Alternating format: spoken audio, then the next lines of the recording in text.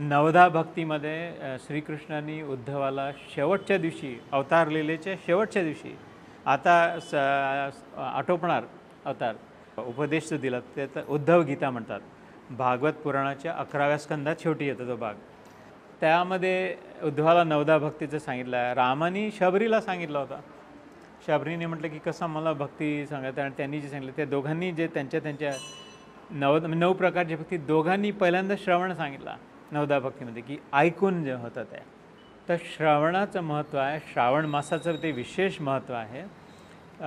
तर त्या शब्दापासून जो धातूपासून येतं ते श्रुती. तर हे शास्त्रीय श्रुती म्हणजे ऐकून. श्रुतीमध्ये कसं आहे की तिथे बुद्धीपेक्षा जास्ती मनाचं काम आहे, की तुम्ही म्हणता तर माझा विश्वास आहे ना. असं संतांसमोर पंडाल लावतात आणि 80,000 लोक बसतात, 60,000 40,000 भारतात नाही का मोठमोठाले, आणि लोकांच्या मनात श्रद्धा असते, विश्वास असतो, ऐकतात आणि विश्वास बसतो आणि मनामध्ये हृदयामध्ये मग देवाबद्दल आस्था जागृत होते आणि तेही देवाचं नाव घ्यायला लागतात, देवाचे शास्त्र वाचायला लागतात. हळूहळू त्यांची वाटचाल सुरू होते आणि जशी आपले पावलं टाकले तसं आपोआप गती यायला लागते त्या दिशेने, आणि दिशा तर ऑलरेडी त्यांनी सांगितलेलीच असते. If these videos are helpful, please share them with others. Like and subscribe to help spread the message of Krishna. Jai Shri Krishna.